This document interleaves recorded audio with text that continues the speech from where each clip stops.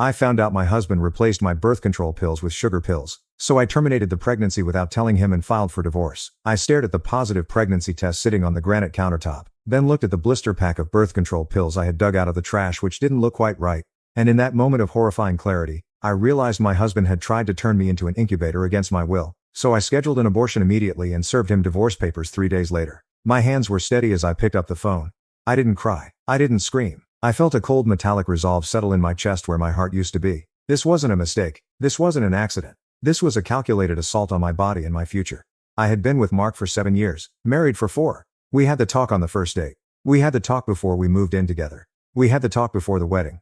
I am child-free. I have never wanted children. I do not have a maternal instinct. I value my career, my silence, my autonomy, and my sleep. Mark knew this. He agreed to this. He told me he loved me for me, not for the hypothetical children I could provide. He lied. The last 6 months had been strange. Mark had started making comments about his friends having kids. He would linger in the baby aisle at the grocery store. He started talking about legacy and how quiet the house was. I shut it down every time. I reminded him of our agreement. I told him if he changed his mind, that was his right, but it meant we were incompatible. He would always backtrack. He would smile that charming smile and say he was just thinking out loud. He would say I was enough. He was playing the long game, and I was the pawn. It started with nausea. Not the cute morning sickness you see in movies where the woman delicately covers her mouth. This was violent, retching sickness that hit me as soon as I opened my eyes. I thought it was food poisoning. I thought it was stress from the merger at work. I ignored it for a week. Then my period didn't come. I am clockwork. I have been on the pill for 10 years. I take it at 7 a.m. every single day. I have an alarm. I have a backup alarm. I do not miss doses. I took the test to rule it out. I took the test so I could tell my doctor I wasn't pregnant when I went in for anti-nausea meds. When the second line appeared, the room didn't spin. The world didn't tilt. It just stopped. I stared at it. I felt violated. I felt like there was a parasite inside me. That sounds harsh to some of you, but that is how I felt. I did not feel joy. I felt trapped. I went to the bathroom trash can. I had finished a pack 2 days ago. I dug through the tissues and the cotton rounds until I found the foil blister pack. I looked at it under the harsh vanity lights. It looked normal at first glance, but then I looked closer at the foil backing. The edges were slightly crinkled. Not the smooth machine press seal I was used to. It looked like it had been lifted and pressed back down. I went to the medicine cabinet where I kept my stash. I had 3 packs left. I opened a fresh one. The pills in the fresh pack were a slightly different shade of pale blue. The ones in the trash were white. I don't know how he did it. I don't know where he got pills that looked similar enough to pass but were clearly not my medication. Maybe he bought sugar pills online. Maybe he swapped them with aspirin. I didn't care about the mechanics. I cared about the intent. He had tampered with my medication. He had forced a medical condition onto me that I explicitly did not want. I took the trash pack and the test and I put them in a Ziploc bag. I put the bag in my purse. I walked out of the bathroom and found Mark in the kitchen making coffee. He looked up and smiled. He asked me how I slept. He asked me if I wanted eggs. I looked at this man, the man I promised to share my life with, and I saw a stranger. I saw a predator. I told him I had a migraine. I told him I was going to go back to bed. He looked disappointed but nodded. He told me to rest. He said he would handle the chores. He was being so nice. He was being the doting husband. He was preparing the nest. I waited until I heard the garage door open and his car pull away. Then I got up. I got dressed. I drove straight to a walk-in clinic. I didn't go to my regular OBGYN because Mark is the emergency contact on that file and they send appointment reminders to our shared email. I went to a clinic 3 towns over. I paid cash. The doctor confirmed it. 6 weeks. I asked for a termination. I didn't hesitate. I didn't ask for time to think. I signed the papers. They gave me the first pill there in the office. They gave me the second set to take it home in 24 hours. I swallowed that first pill with a grim satisfaction. It was the first step in reclaiming my body. The drive home was silent. I didn't listen to the radio. I just drove and planned. I had to be smart. If I confronted him now, he would gaslight me. He would say I was crazy. He would say it was an accident. He would say the pharmacy made a mistake. I needed proof, but more than that, I needed to be safe. I needed to be away from him. I got home before him. I put on my pajamas and got into bed. When he came home, I played the part. I let him bring me soup. I let him stroke my hair. I let him talk about how maybe the flu was going around. I watched him closely. I saw the excitement in his eyes. He was waiting for me to figure it out. He was waiting for the happy surprise. He thought that once the biological reality set in, I would change my mind. He thought my hormones would override my logic. He thought he knew me better than I knew myself. He was arrogant. The next day, I took the second set of pills. I told Mark I was feeling worse. I told him I just needed to sleep it off and that I didn't want to be disturbed. He was hovering. He kept asking if I needed a doctor. I told him no. I locked the bedroom door. I went through the process alone. It was painful. It was messy. It was isolating. But it was necessary. I bled out the future he tried to force on me.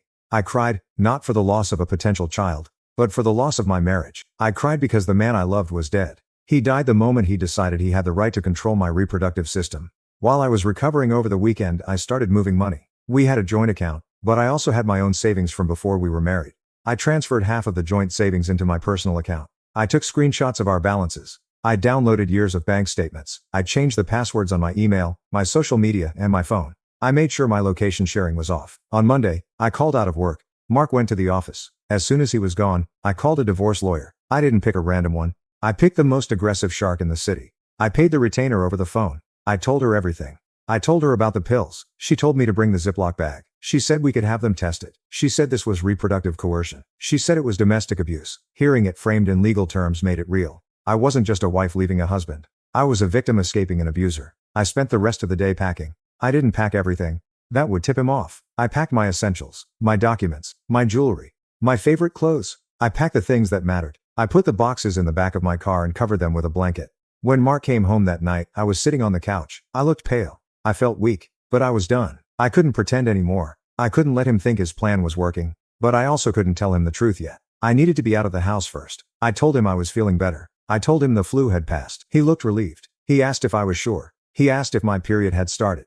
He tried to make it sound casual, but I heard the tension. I looked him in the eye and lied. I told him no, my period hadn't started yet. I watched his face light up. He tried to hide it, but a smirk tugged at the corner of his mouth. He thought he had won. He thought he had trapped me. He hugged me. He said, "Maybe you should take a test, just in case. Stress can delay things, you know." I told him I would take one in the morning. That night, I lay next to him and listened to him breathe. I felt a repulsion so strong it made my skin crawl. I wanted to scream at him. I wanted to punch him. I wanted to ask him why he thought he had the right.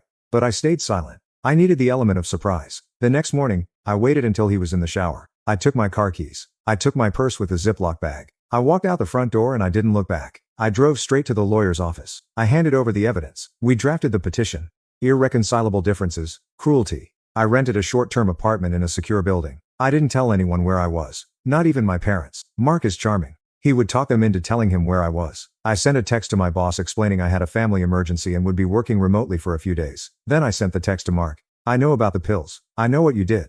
I have terminated the pregnancy. My lawyer will be in touch. Do not contact me."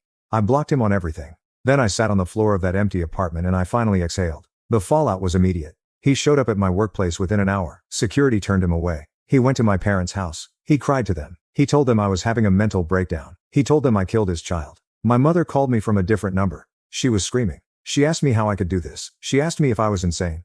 I told her the truth. I told her he replaced my birth control. I told her he tricked me. She went silent. She is a traditional woman, but she is not stupid. She asked me if I was sure. I told her I had the pills. I told her I had the lawyer. She hung up. 10 minutes later, my dad called. He didn't yell. He asked if I was safe. He asked if I needed money. He said he would deal with Mark. My lawyer had the pills tested. They were sugar pills. Specifically, they were homeopathic lactose tablets that looked exactly like my birth control if you didn't look too closely at the imprint. Mark had ordered them online. We found the credit card transaction on the joint account statements I downloaded. He bought them 3 months ago. He had been planning this for months. The divorce process was ugly. Mark didn't want to let go. He switched tactics from concerned husband to aggrieved father. He tried to sue me for emotional distress. He tried to argue that I destroyed marital property. My lawyer laughed him out of the deposition room. We threatened to file criminal charges for tampering with medication and assault. That shut him up.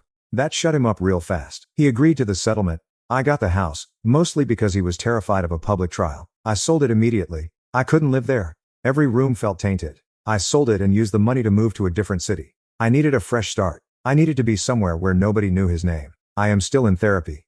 I have trust issues that will probably last a lifetime. I check every medication I take 3 times. I don't date. I don't let men buy me drinks. I am hypervigilant. But I am free. I saw Mark once, about a year after the divorce was finalized. I was back in town to sign some final paperwork. I saw him across the street. He was pushing a stroller. He was walking with a woman who looked very young, very tired, and very pregnant again. He looked happy. He looked like he had exactly what he wanted. I felt a wave of pity for that girl. I wondered if she knew. I wondered if she wanted that baby, or if she just accidentally missed a pill. I turned around and walked the other way. I walked toward my car, toward my quiet apartment, toward my career, toward my life that belonged only to me. I took a deep breath of the cold air. It tasted like freedom. The betrayal of reproductive coercion is insidious because it uses your own body against you. It turns your biology into a weapon. Mark didn't hit me. He didn't scream at me. He smiled and made me coffee while he systematically dismantled my life. He thought he was being clever. He thought he was being romantic. He thought the end justified the means. He forgot that I'm a person. He forgot that I have a brain. He forgot that I have teeth. My lawyer asked me during the proceedings if I hated him. I thought about it. Hate implies passion. Hate implies that I still care what happens to him. I don't hate him. I feel nothing for him. He is a stranger who tried to mug me. I defended myself. That's all it is. Ladies, listen to your gut. If something feels off, it is. If your partner suddenly changes their tune on major life decisions, pay attention. If your body acts strange, investigate. Do not blindly trust. Trust is earned and it can be lost in a second. If you discovered your partner was tampering with your medication to trap you into a life you didn't want, would you have the discipline to play along until you were safe, or would you explode on the spot? Let me know in the comments. Thanks for watching. If you got this far, leave a comment, like if you liked it, and follow for more.